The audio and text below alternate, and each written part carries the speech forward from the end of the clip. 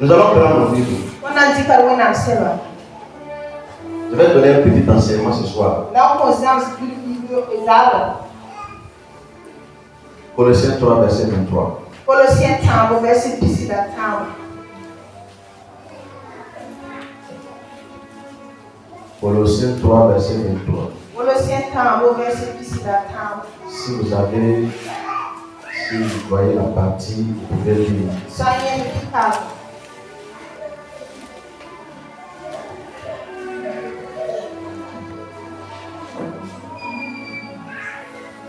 Colossiens 3, verset 23. Colossiens 3, verset 23. Il est écrit: tout ce que vous faites, faites-le de bon cœur, comme pour le Seigneur et non pour les hommes. Je reprends. Tout ce que vous faites, faites-le de bon cœur, comme pour le Seigneur et non pour les hommes. Je continue au verset 24. Sachant que vous recevrez du Seigneur l'héritage pour récompense. Servez Christ le Seigneur. Au verset 25. Car celui qui agit injustement recevra selon son injustice. Et il n'y a point d'acception de personne. Amen. Amen.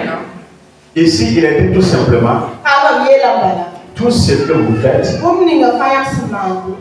tout là, ça veut dire quoi? Le tout ici, là, ça ne veut pas dire tout. Non. Quand tu fais le mal, quand tu voles, quand tu vis dans la fornication, ça ne fait pas partie de notre tout. C'est bon? Quand on dit tout ici, là, toute bonne chose que tu fais que tu fais, fais-le tout en considérant que c'est à cause du Seigneur que tu le fais. Quand tu sers Dieu, il faut continuer à le faire tout en gardant dans ta pensée que c'est à cause du Seigneur que tu le fais. Ok, nous sommes dans un moment où l'ennemi te pourra les ans. Même ceux-là, que ce soit les pasteurs, intercesseurs, chanteurs, ainsi de suite.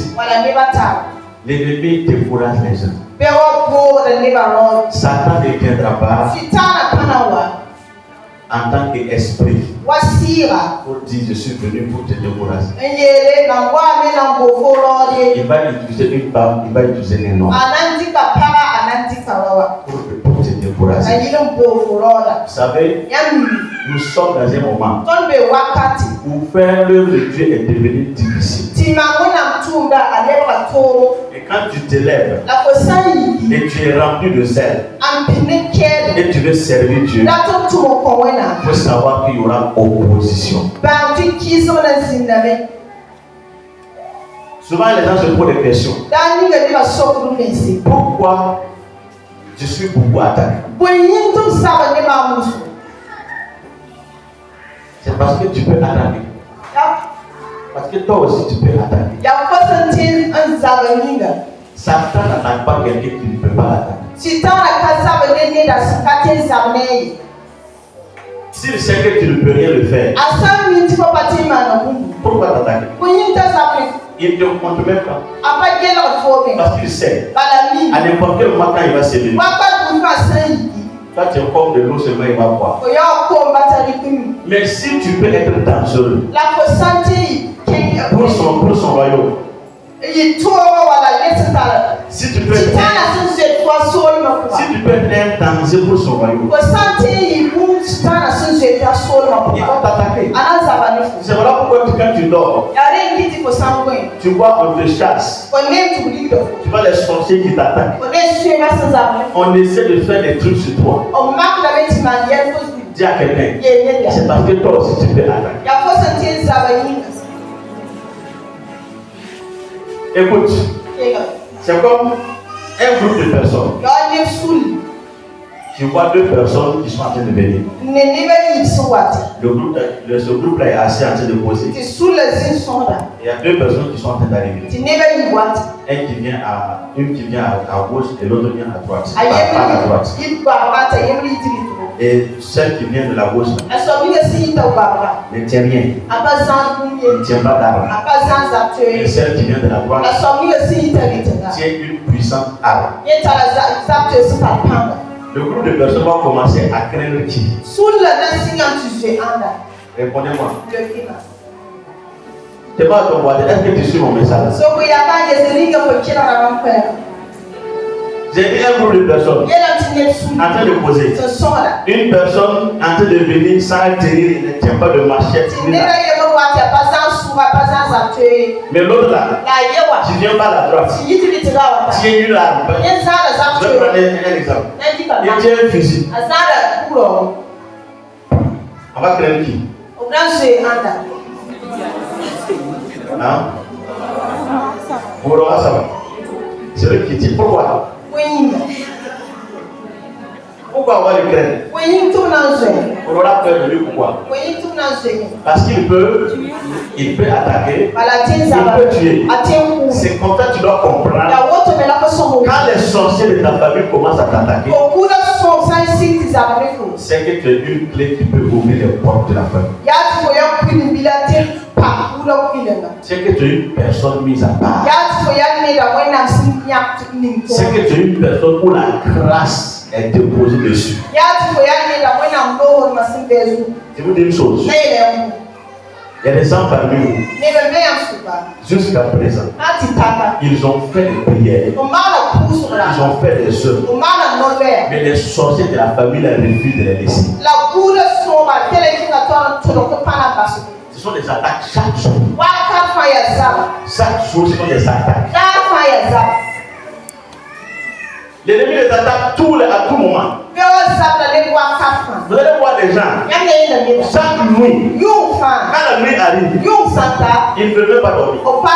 Parce qu'ils savent que s'ils ferment l'œil seulement, ils vont commencer à avoir des sons. Ils sont attaqués tous les jours. Selon le niveau d'attaque qui est dressé contre toi. C'est comme ça aussi. C'est ça qui détermine le niveau de la bénédiction qui est sur toi.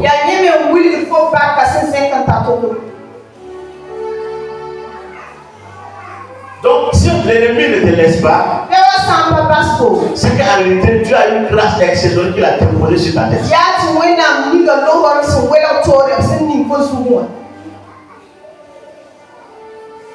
Alléluia. Maintenant, la Bible nous dit ici, les attaques de l'ennemi peuvent amener quelqu'un à croire que Dieu l'a abandonné. Ainsi il dit, tout ce que tu vas faire pour la gloire de Dieu, ne t'arrête pas. Ne crois pas que Dieu t'a abandonné. Ne crois pas que les problèmes veulent dire que Dieu t'a oublié. Continue à pratiquer ces choses-là. Tout en considérant, sachant que c'est pour Dieu que tu le fais. Tout ce que nous vivons, tout ce que nous faisons, nous devons faire les choses selon Dieu, pour la gloire de Dieu. On ne doit pas le faire selon les hommes. Ici, là, ce message s'adresse à ceux-là qui ont connu la vérité. Tu as reçu Christ. Alors, attache-toi à lui. Ne laisse pas quelqu'un te flatter pour t'amener hors de Christ. À abandonner Christ. Plusieurs personnes de nos jours ne sont plus chrétiens. Avant, ce sont des chrétiens, c'était des chrétiens qui avaient le zèle. Mais aujourd'hui, ils ne sont plus dedans. Parce qu'à un certain moment, ils ont dit, Dieu m'a abandonné. Quand tu commences à méditer ça, il faut savoir qu'il y a une chute qui est en train de se préparer. Il faut que tu te réveilles. N'abandonne pas les valeurs que le Seigneur t'a données.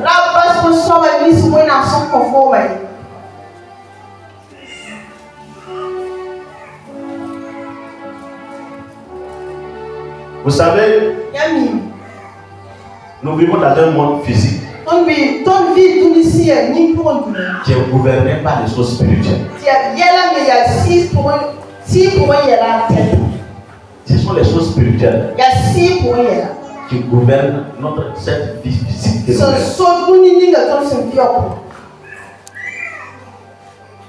Un jour, j'étais assis ici. Quelqu'un est venu me donner l'argent. Dès que la main entrait dans ma main, je vois du sang. Du sang. J'ai pris l'argent. J'ai demandé, mais qu'est-ce qui se passe? J'ai dit, ok. C'est que même sur les demandes, il ne va pas parler. J'ai commencé à prier. Et lui-même, il a commencé par me dire, mais quand il venait, c'est parce qu'on lui a envoyé de venir me donner cet argent.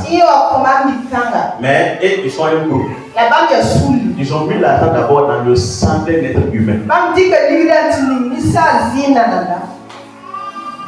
Ils ont mis l'argent là. Ils ont pris l'argent, plongé dans le sang humain. Ressortir ça. Nettoyer. Avant de venir me donner. Et ils vous disent. Et ils ont prononcé des choses sur l'argent. Et normalement, si je touche l'argent, un malheur doit m'arriver. Soit je meurs, soit je deviens fou. Donc, demande à ton voisin. Est-ce que tu sais ce qui se passe dans ta maison ou bien dans ta famille?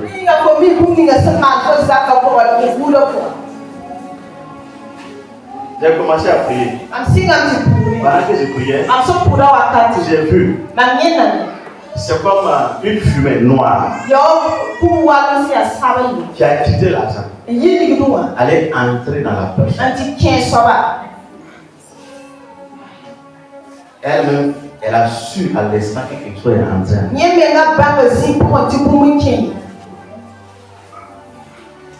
Vous savez, les gens s'amusent avec les choses.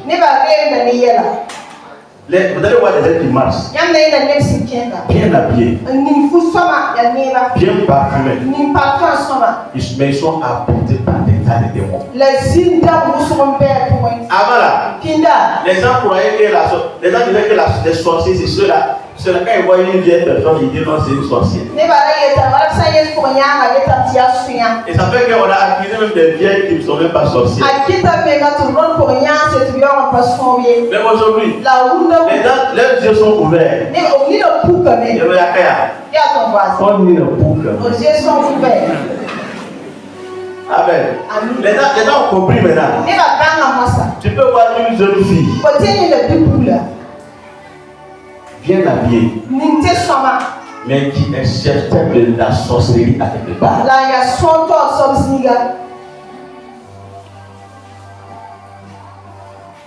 Tu vois un jeune garçon comme ça, un jeune garçon Soko, qui a un sorcier.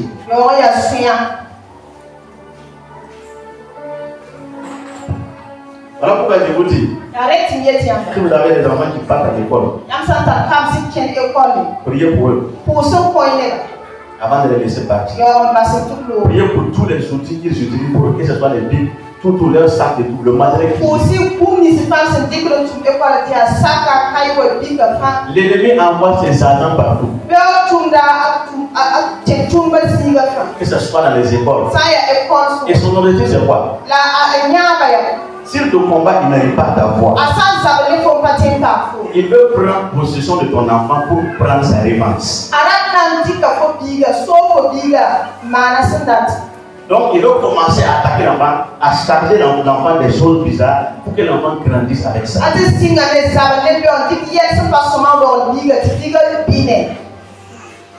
Je vais vous raconter une histoire. J'ai rencontré une dame un jour. Elle a deux enfants, ce sont des garçons. Elle et puis le papa des enfants se sont séparés. Parce que c'était difficile. D'après que le gars était dans une secte. Il faisait des choses mystiques tous les jours. Donc avec il n'allait pas à Satan. Donc en temps le gars est parti, ils sont séparés. Vous savez, le gars, quand les enfants partent pour voir, ils disent à leur papa. Leur propre papa les apprend à faire des bêtises. Le papa il amène les deux garçons pour les montrer, les amener à entrer ensemble comme une fille et un garçon. Ce sont des garçons. Leur propre père. La maman ne savait pas. Donc les enfants sont allés à leur papa. Ils sont revenus. Et un jour, son cœur a commencé à battre.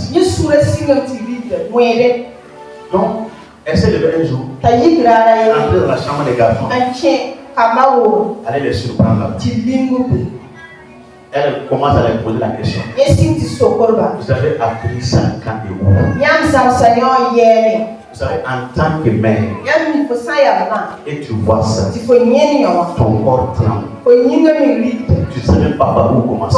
Tu ne pourrais pas imaginer que ça pouvait passer dans la tête des enfants. Les enfants ont dit, c'est notre papa qui nous a appris. Et qui nous a dit de faire ça à tout moment. Et de faire attention pour que maman ne sache pas. Ça c'est quoi? Ça c'est la sorcellerie. Si ce n'est pas Satan qui s'est incarné, est-ce que ça, un être humain, est-ce que ça peut traverser cette pensée? Tes propres enfants.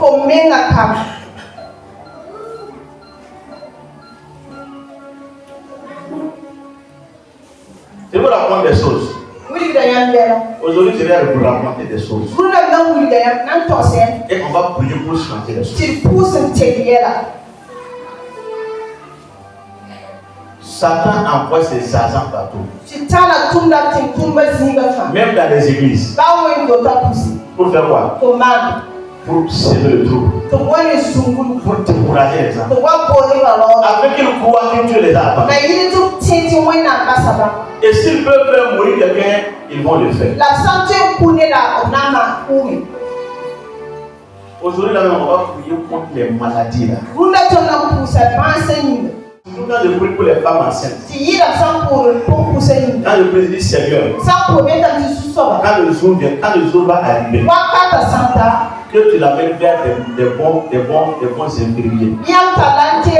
Que tu l'amènes vers une bonne sage-femme. Des personnes qui ont ta crainte, qui vont s'occuper d'elle. Un jour, un ami est tombé malade. Il est allé à l'hôpital. On lui a dit il faut une intervention. Écoutez-moi. Ils ont fait l'intervention. Après l'intervention, puisqu'après l'intervention, il faut payer les produits pour guérir, soigner la plaie. Donc il était dans ces soins-là. Et après, on se rend compte que la maladie pour laquelle on a fait l'intervention, ce n'était pas une maladie. La maladie est à quelque part d'autre. C'est-à-dire, c'est comme si c'est un faux diagnostic qu'on a fait pour faire une intervention qui n'existe pas. Et là, on détecte la maladie, la vraie maladie. Et on dit, il faut maintenant une intervention de cette maladie. Pourtant, l'autre là, ce n'était pas une maladie. Surtout quand les sorciers t'attaquent. Ils peuvent cacher même ton mal pour qu'on ne voit pas. Voilà pourquoi quand quelqu'un peut venir à la prière, on prie pour lui. Il part à l'hôpital. Les examens qui révélaient qu'il y a rien, qu'on ne trouve pas la maladie. Maintenant, on trouve la maladie et on soigne. Et la personne est guérie. Quand c'est comme ça, ça veut dire que la personne est attaquée par la sorcellerie. Et chaque fois qu'on veut, normalement, les examens qu'on appelle qui doivent révéler la maladie, là, on cache la maladie.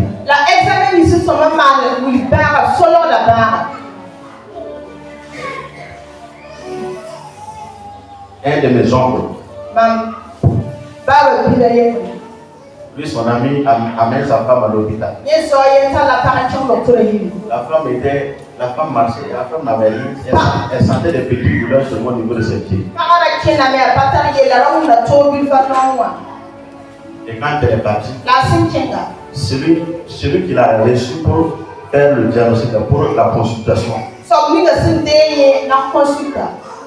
l'a injecté un produit, mais il a surdosé de.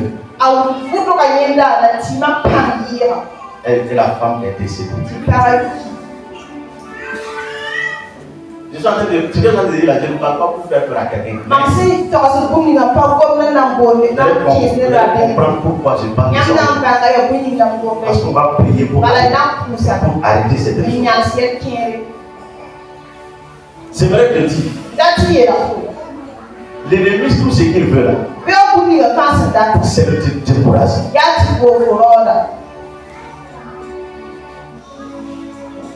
Alors que la Bible dit, avant, celui qui a dit faire tout pour la gloire de Dieu là, c'est une petite avancée.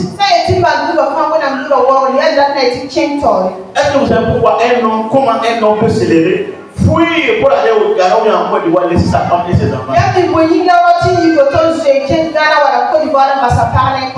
Sans même dire à la femme, il fuit seulement. La femme ne sait pas là où il est. Combien de femmes ont subi ça? Elles sont restées pendant des années avec les enfants. Ça a pas où se trouve le mal. Souvent c'est la sorcellerie qui est derrière ça.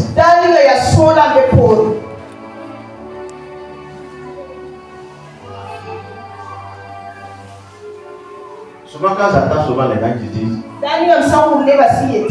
priez, les sorciers là vont changer, vont avoir un bon cœur. Souvent je ne les comprends pas. Il y a des sorciers qui peuvent changer. Ceux-là qu'on a donné qui n'ont pas su. S'ils découvrent qu'il y a ça dedans, et ils peuvent s'approcher de moi je vois quelque chose dans ma vie, je ne veux pas. Il faut que je sois devenu.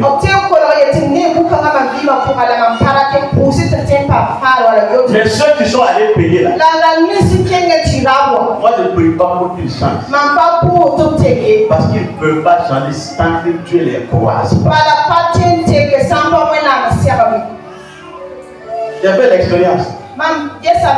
Je les ai rencontrés beaucoup. Et la grande partie quand je les pose la question, ils disent que là où ils sont arrivés, ils peuvent révéler en arrière. Il y a une qui est venue un jour et voir. Qu'est-ce que tu es venu faire? Non, elle veut abandonner la sorcellerie. Elle veut maintenant donner sa vie à Jésus. Moi, je l'ai dit, quand tu parles là même, mon cœur même se sauve. Dans mon cœur, je suis conscient et c'est clair que toi, tu ne peux pas changer. Et elle me dit, et comment tu as fait pour savoir? Est-ce que vous voyez? Elle ne venait pas pour changer. Et tout ce que l'ennemi fait, c'est pour décourager quelqu'un.